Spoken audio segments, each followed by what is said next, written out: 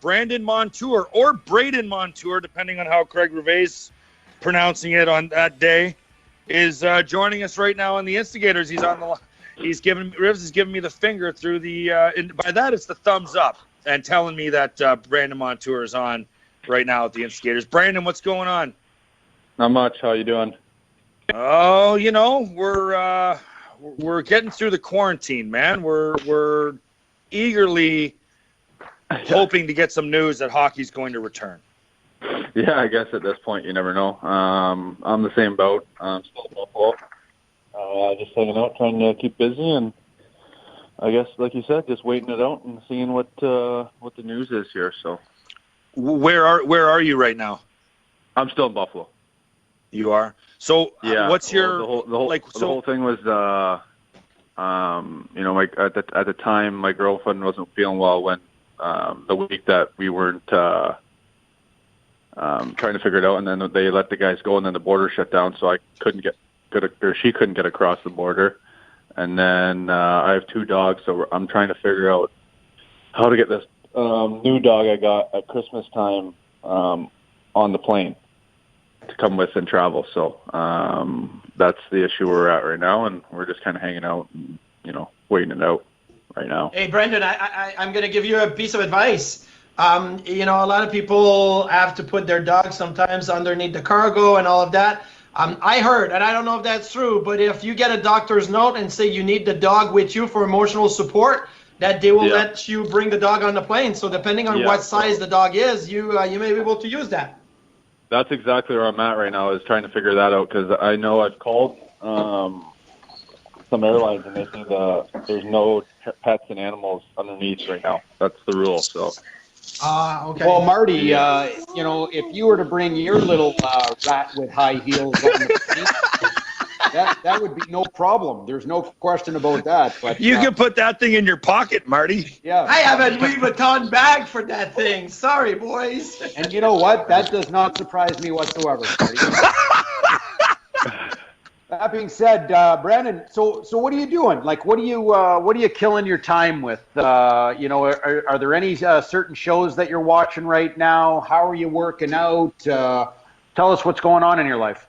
Yeah, I think just like everyone else, shows, lots of TV, working out. I probably spend an hour of training. I have a spin bike, Peloton bike, so I'm probably on that every day for half an hour, and then I got a couple weights and kettlebells, and probably spend a half hour at that, and then the rest, obviously, you go get groceries. You got to cook breakfast, lunch, and dinner now, which normally we're at the rink most of the time, so that's a little different. And then with this dog, new puppy, and we already have a dog, so we have 2 now. We got to walk them a few times a day, and we kill time doing that. Other than that, it's trying to kill time and try to spend it wisely, and spend it with each other, and try to get through this. Brandon Montour, joining the Instigators here, still in Buffalo during his quarantine. What are your thoughts? I guess, like we've heard all these. Have you seen these player interviews that they do with the on the NHL network, where they have all the guys and different players? Jack did one, where they talking to other guys, and Crosby and McDavid all did them. I mean, where are you, and what are you thinking when you hear the league goes from an April 15th quarantine to an April 30th quarantine? Yeah, at this point, I guess you just got to sit back and wait. The tough thing is, players now, whether they think we're going to finish the season or, think it's summertime, it's tough to kind of really tell. And you want to stay motivated and, training as much as you can, and, trying to be ready to keep playing. If, at this point, by the looks of it, it's kind of, within a week. So I think when they give the okay, and I want to say not even just the NHL, but, all these professional sports want to hop in and try to finish their season or try to figure a way to do that. So I think for us players, it's a tough time for, whether we know to keep being ready. I guess that's the best you can do, is try to stay focused and try to do the best you can to stay fit and stay active, so you're capable of coming back at the right time. But right now it's just kind of the waiting game, right? Yeah, and one of the things too, and if you're just tuning into the Instigators on WGR 550, Brandon Montour kind enough to join us today, and you've been in the league a long time now, 5 years, and so I guess I ask you this opinion. You've played playoff games, and I know where the Sabres stand in terms of the playoffs right now, but could you tell me how you'd be thinking if you had to come right back and step right into the playoffs? I mean, from the physical aspect of things. Yeah, I mean, I think obviously you got to look around the whole entire league. I think hopefully everybody's doing something or doing their part to, like I said, stay active and, stay somewhat fit. But at the same time, every team's going to be doing the same thing. I would assume, they wouldn't just jump right into it. You'd have, a week or whatever it may be to kind of get back, get situated and back with your team and figure it out that standpoint. But I mean, at this point, you want to realize like what can they salvage or what can they save, for this year before, risking next year's start. And I know that's an important part of trying to, set up next year so it's completely fine. But obviously they want to, manage this season, try to find a winner for this year. But, I guess you just wait and see. And if they want to go into playoffs and they have a situation where, they want to have every team in it, obviously we're at that point where, we want some sort of meaningful playoff, hockey or some meaningful hockey. And I think that'd be good for our group to kind of be involved with that. But, you never know at this point. Like in your opinion right now, you guys have been off for, over a month now. How long do you think that the players are going to need realistically to be ready to play meaningful NHL games and moving into the playoffs? Like, how long do you guys actually need to make sure that you're ready so you don't hurt yourself? Yeah, and that's another thing, is to never predict, I guess, injuries and stuff like that. But maybe a couple of days. I think the guys are, itching to, pretty salty on how the season has ended, this year. And guys would be able to jump in, I think, right away. But it's just a matter of, being at that level you wanted to be at, especially at this time of year when you're used to, either being in playoffs or, at the end of the year where, you're trying to play your best hockey. I think it's, we're obviously a little behind there now because, like you said, it's been a month off. But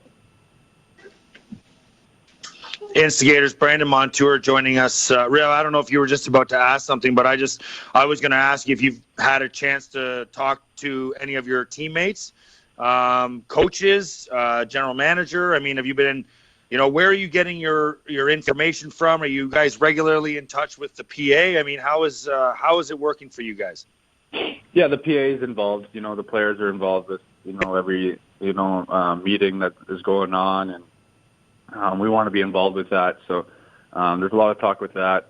Catching up with obviously some teammates. You got to see what's going on, see what they're doing, see what, if they're bored or trying to, stay connected in that sense. And then, reaches out here and there and just to see what, if everything's going all right, seeing where you are. And, at this point, like you said, you never know what's going to go on. So you want to stay connected. It's technically not summertime yet, as much as, some people might think. It's, it's still in the waiting game. So staying as connected as you can at this point is definitely a big thing. And, obviously a big thing to, keep this, I guess, time kind of a tough time rolling here and, stay with everyone to see what everyone's doing.